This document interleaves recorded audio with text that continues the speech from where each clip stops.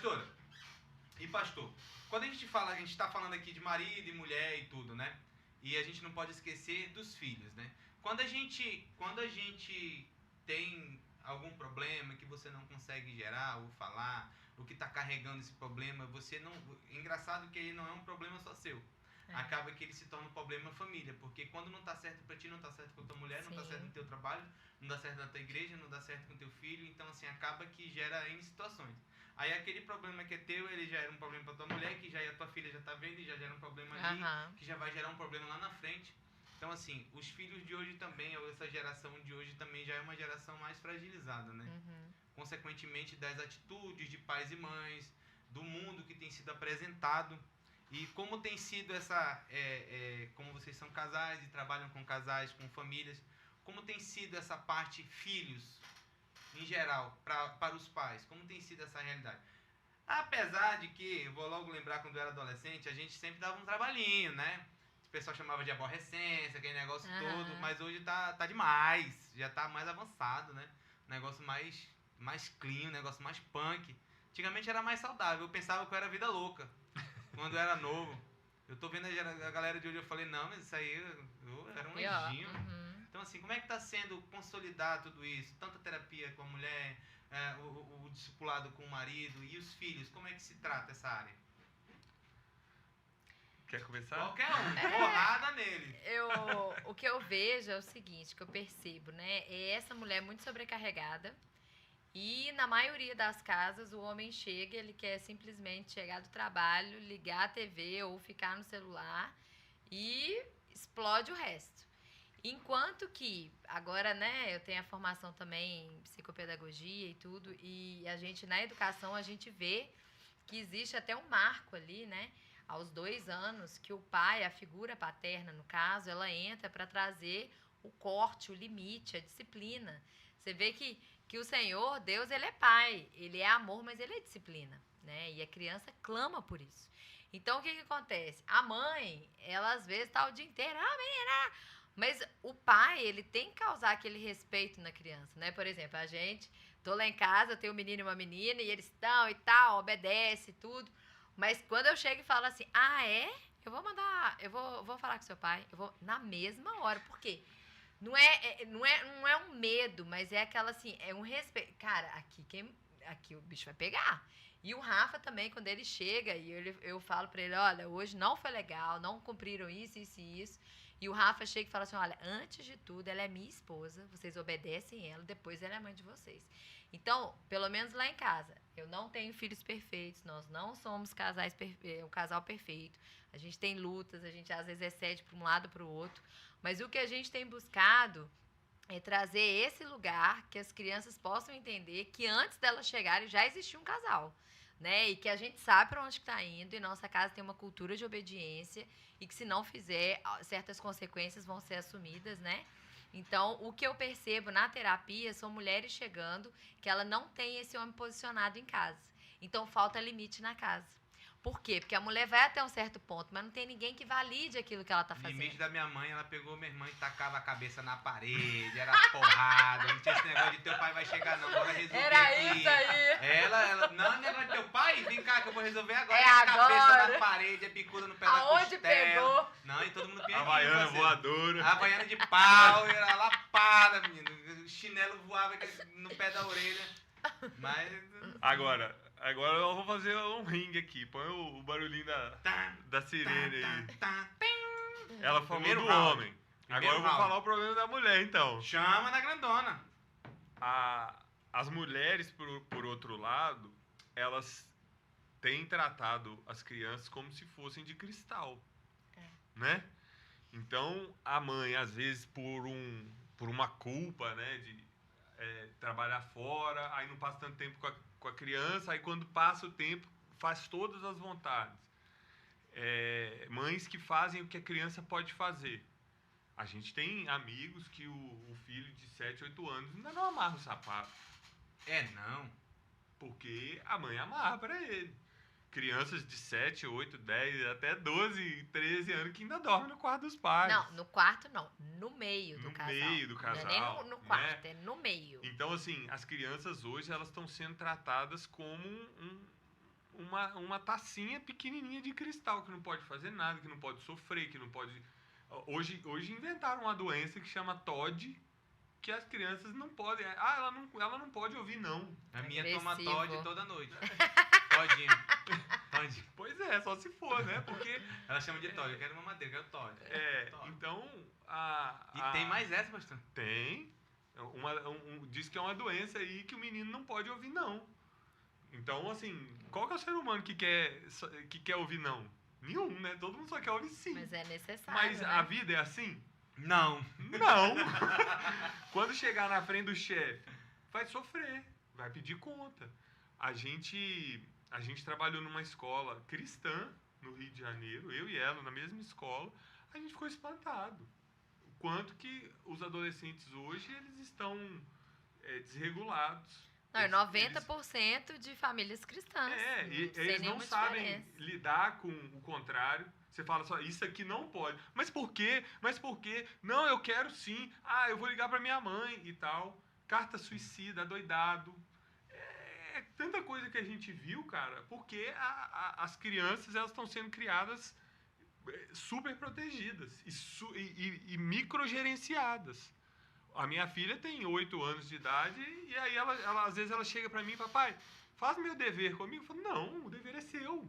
Você já fez? A responsabilidade é sua. Se tem alguma dúvida, eu posso até te esclarecer, mas é você que tem que fazer. Um dia a Rê viajou para um congresso e eles ficaram comigo. Aí, toda noite a gente fala, vocês têm que deixar o material pronto, o lanche pronto. Deixa tudo pronto pro dia seguinte. Porque amanhã sai Tudo cedo, de manhã. né? Todo mundo cedo. Sim. Aí, todo dia eles fazem. E ela sempre falhava no lanche. Vez ou outra falhava no lanche. Tem que fazer o lanche.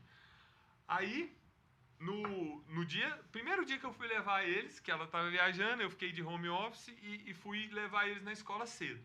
Aí ela chegou, na hora de sair assim, eu esqueci de fazer o suco. Então hoje você vai sem o suco.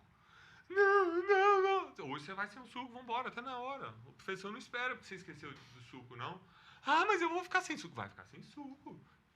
Toma água, pede lá, faz uma vaquinha lá, um pouquinho de passa seu copo, um pouquinho de cada, te vira. Você não é quadrada, minha filha. Você vai dar um jeito, vambora. Você não vai. Pergunta se ela esqueceu o suco mais algum dia até hoje. Não Nunca esquece. mais.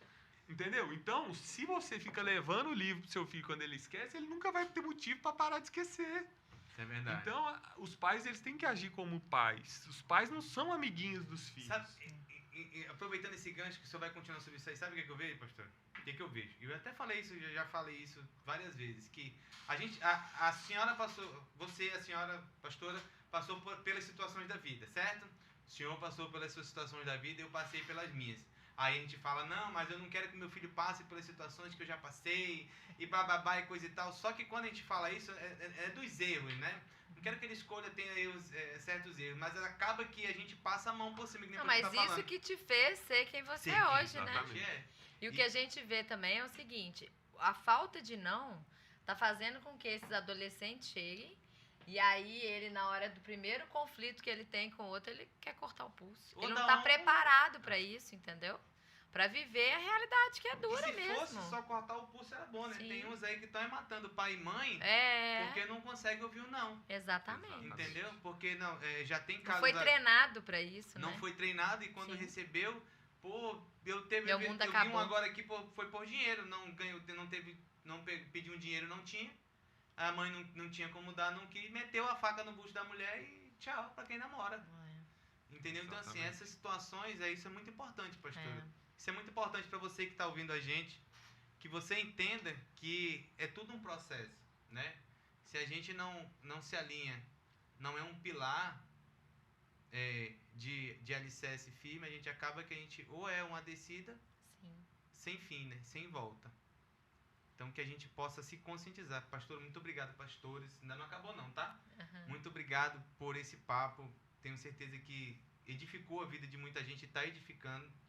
E tenho certeza que vocês são um projeto de Deus realmente para esse lugar. Amém. E espero que vocês ainda tenham aí muitas oportunidades de poder mostrar um pouco mais desse trabalho. né? Claro que, querendo ou não, a terapia ela é um trabalho sigiloso, né? Sim. Mas é importante saber que precisa ser divulgado. Sim. Que você precisa, sim, correr atrás de alguém que possa te ajudar. Mas a gente tem técnicas também pra gente fazer em grupo, né? Igual eu falei, esse convite que eu tive na semana passada. Tá com frio, pastor? Não. Não, tá de boa? Não. Tá Não, tá tranquilo. Foi muito bom, porque quem tava ali presente, né, toda a equipe, alguns pais, eu tive um feedback muito positivo de exatamente as pessoas saíram reflexivas, né? Então, tem alguns tipos de estratégias, né, de atividades que a gente pode fazer em grupo e é bem interessante também. O Diego falou, fizemos um projeto juntamente com a Associação de Alunos Universitários, UCC, Projeto Amar, e percebi que as pessoas ainda têm medo de procurar ajuda. Agora, por quê, né? Por que o medo? Fica a pergunta. Por que a gente tem medo se quando é para fazer coisa errada ninguém tem medo, né? Eu acho que é o medo da exposição, é o medo de encarar a realidade. De passar vergonha. De saber que tem que mudar, né? Que às vezes tem situações que é você ou você. Eu acho que é um reflexo também da geração que quer tudo fácil. O que é difícil, eles já falam logo assim, não é de Deus, não é pra mim. Né? E aí você lê Mateus 4 que diz que o Espírito Santo levou Jesus pro deserto para ser tentado pelo diabo. O Espírito. O Espírito que levou. Jesus não tropeçou e caiu no deserto. Ele não foi levado pelo diabo para ser tentado pelo diabo. Né? Então as pessoas hoje, elas veem algo difícil, elas já têm resistência. É igual o não, né? Ninguém quer ouvir não, mas o não existe na vida. Ninguém quer passar coisa difícil, mas me fala uma coisa aí que você conquistou, que é valiosa e que não teve dificuldade. Isso é não existe, simplesmente não existe. A gente precisa entender que é tudo um processo, né? Sim. Processos, na verdade, são às vezes até processos iguais para muita gente, só que como nós somos diferentes uns dos outros, a realidade um para o outro é diferente. A escolha, a aceitação, a consciência, como você vai absorver aquilo, qual vai ser a tua resposta em cima daquela situação. Então, assim, querendo ou não, a maioria dos problemas hoje é ansiedade e depressão. Certo? Certo. Agora, tem pessoas que... É o mesmo problema. Só que as encara de maneira diferente. Encara de maneira diferente. Para quem está com problema hoje, pastora, e não consegue achar uma solução, ou não tem conseguido uma solução, que acha que não tem mais jeito, que realmente aquilo ali que acabou e que já deu, já era. Qual é a sua opinião? Qual é a sua posição? O que a senhora pode falar para essa pessoa? Porque não vai ficar aqui só para quem está participando da live. Quero agradecer quem está participando com a gente. Tem mais de 3.000 pessoas aí, pastor. Brincadeira. Brincadeira. Nós estamos aqui, estamos batendo aqui, tá bem. Mas, assim, para quem vai assistir daqui a pouco, outro dia, o que a senhora diria para essa pessoa que está passando por essas dificuldades? Eu diria, feche a porta do seu quarto, clame ao teu Deus, abra o seu coração e Ele vai te responder, no secreto. Então não existe fórmula, né? Não existe, eu preciso saber, mas não. Conversa com Ele com as palavras que vierem no seu coração, como seu melhor amigo. O seu Pai está perto, né? A gente serve um Deus que não é morto, é um Deus que está vivo. E Ele só está esperando um clamor, alguém que se quebrante diante dele para Ele vir. Então, assim, é lógico que existe terapeuta, existe muitos profissionais aí para ajudar, pastores, líderes, mas ninguém nunca vai substituir esse lugar, né, do Criador. Ele te fez, Ele sabe quem que você é, Ele estava com você em todos os momentos da sua vida. Ele tem a melhor versão sua, né, lá no Salmo 139 já fala que Ele conhece a gente desde o ventre das nossas mães. Então, Ele já tinha um plano pra gente, né? Falta a gente se colocar nesse lugar de saber qual é esse plano. Então, tá sofrendo, tá apertado, tá difícil. Tá no caminho certo, né? Fecha a porta do quarto e clame a Ele.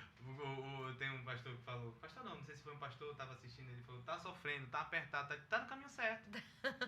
Né? Só tem que se posicionar. Agora e saber que, infelizmente, a vida, vamos pro lado cristão, né? Não é fácil. Ainda mais quando você quer se posicionar a servir, a ser servo, né? Aí que o capirote se levanta com todas as armaduras para tentar derrubar.